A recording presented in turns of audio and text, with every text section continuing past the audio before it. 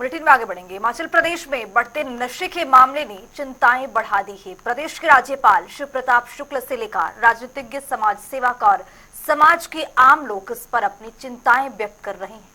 पिछले कुछ समय में प्रतिष्ठित पदों पर बैठे लोगों के नाम भी सिंथेटिक ड्रग्स तस्करी मामले में सामने आए हैं और ऐसे में समस्या और गंभीर हो गई है। प्रदेश में बढ़ते नशे के जहर के कई आयामों और इसके समाधान को लेकर जनता टीवी ने बतौर एनसी अधिकारी सेवाएं दे चुके पूर्व हिमाचल नशा निवारण बोर्ड के संयोजक और सलाहकार ओम प्रकाश शर्मा से खास बातचीत की। सुनी।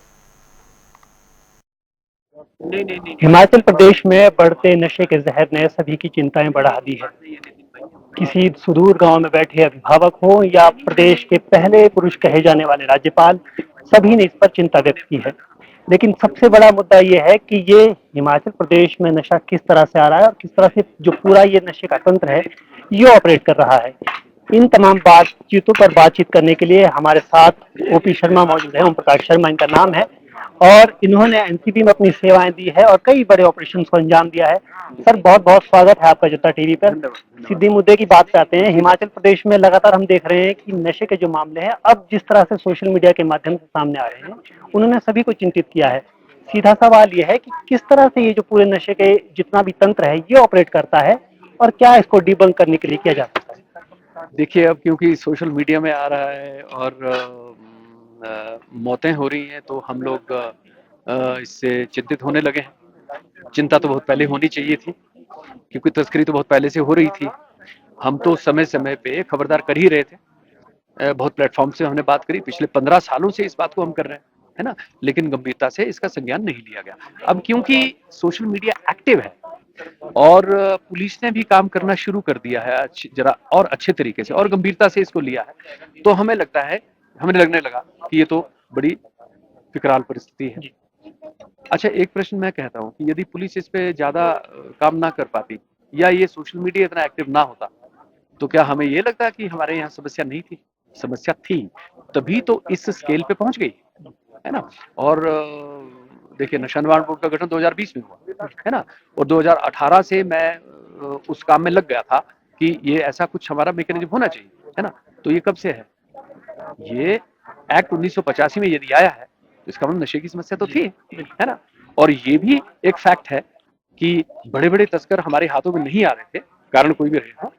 तो पिट एनडीपीएस एक्ट 1988 तब भी पार्लियामेंट में पास हुआ, लेकिन उसको 20 साल 22 साल तक उसको राज्य सरकारों ने उसको क्यों नहीं अधिसूचित किया? क्यों नशा निवारण बोर्ड बनने के बाद ही पिट एनडीपीएस एक्ट की अधिसूचना जारी हुई? क्यों? क्योंकि पिछली सरकार इस पे बड़ी संवेदनशील हुई, ठीक है। और पिट एनडीपीएस एक्ट 1988 में वर्तमान सरकार ने भी अभी जो एडवाइजरी बोर्ड उन्होंने बनाया है, तो एडवाइजरी बोर्ड तो उन्होंने बनाया, उस काम को उन्होंने आगे किया। अब यही निरंतरता सरकार की दूसरे एस्पेक्ट्स को सुलझाने में भी होनी चाहिए थी। जैसे नशा निवारण हेल्पलाइन को आगे चलाना चाहिए था, मदद मिलती लोगों को नहीं हुई। नशा मुक्ति केंद्रों को और सुदृढ़ करना चाहिए था और नए भी नशा मुक्ति केंद्र और पुनर्वास केंद्र खुलने चाहिए थे, अभी तक नहीं हो पा रहा है, ठीक है। तो हम हर फ्रंट पे बेसिकली सच कहूं तो हम लोग फेल होते जा रहे हैं क्योंकि हम समग्रता से इस इशू को नहीं समझ रहे हैं। जितने भी पहले, चाहे वो नारकोटिक्स की कल्टीवेशन हो, उसकी प्रोडक्शन हो, उसकी तस्करी हो, उसकी कंजम्पशन हो, है ना, और कंजम्पशन के बाद उसका फॉल आउट है, जो इफेक्ट है, दुष्प्रभाव आता है, उसके लिए नशा मुक्ति केंद्रों की जैसे हमने बात करी, है ना, ये तमाम चीजों को समग्रता से देखना पड़ता है। आपको बजटरी एलोकेशन करनी पड़ेगी। आप ऐसे कैसे कर लेंगे सभी चीजों को? कोई भी नीति जो है सिर्फ बातें करके तो वो नीति आपकी क्रियान्वित नहीं हो सकती ना, है ना। आपको एंटी नारकोटिक्स टास्क फोर्स का गठन पिछली सरकार के दौरान किया गया, है ना, और अभी भी मुझे लगता है कि शिमला पुलिस को भी वो काफी सपोर्ट दे रही है।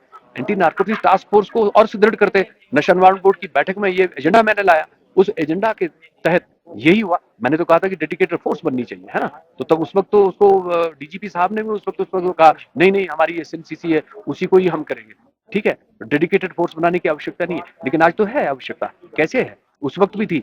आज आप एंटी नारकोटिक्स टास्क फोर्स के चलते होते हुए भी आपने ये कह दिया, आपको किसी ने एडवाइस कर दिया कि आप स्पेशल टास्क फोर्स बनाएंगे, आप अपनी ही फोर्स के अंदर विरोधाभास क्यों पैदा कर रहे हैं? क्या हम इसको काम को करना चाह रहे हैं या नहीं चाह रहे हैं, है ना। एक एसपी अच्छा काम कर रहा है, दूसरा एसपी अच्छा काम कर रहा है ना, लेकिन सभी तो काम नहीं अच्छा कर रहे। कुल्लू को आपने छोड़ रखा है, कुल्लू के अंदर इतना तस्कर वहां बैठा है, इतनी ऑयल वहां पे जो है वो पैदा किया जा रहा है ना, कैनबिस का, है ना, और वो ब्लैक मार्केट में धड़ल्ले से बिक रहा है ना। तो हमारी कैनबिस पॉलिसी का क्या होगा जो आप बनाना चाह रहे हैं, बिल्कुल ठीक है ना, वो तो काउंटर साबित हो जाएगी। तो मैं क्या कहना चाह रहा हूँ आपके चैनल के माध्यम से कि एकीकृत नशा निवारण नीति 2022 को पूरी तरह से लागू किया जाए, ये मेरी मांग है। साफ तौर पर कह रहे हैं कि समग्र नशा निवारण जो नीति है उसको सही तरीके से लागू करने की आवश्यकता है। कानून है पर जरूरत है उनको सही तरीके से इम्प्लीमेंट करने की। नशे के खिलाफ प्रदेश में जरूरी है एक जंग की और इसे जन आंदोलन बनाने की। तमाम मंचों से इसकी बात हो रही है, लेकिन जरूरत है कि सरकार हो या समाज हो इसको भूमि पर उतारे। बबिन शर्मा, जनता टीवी, शिमला।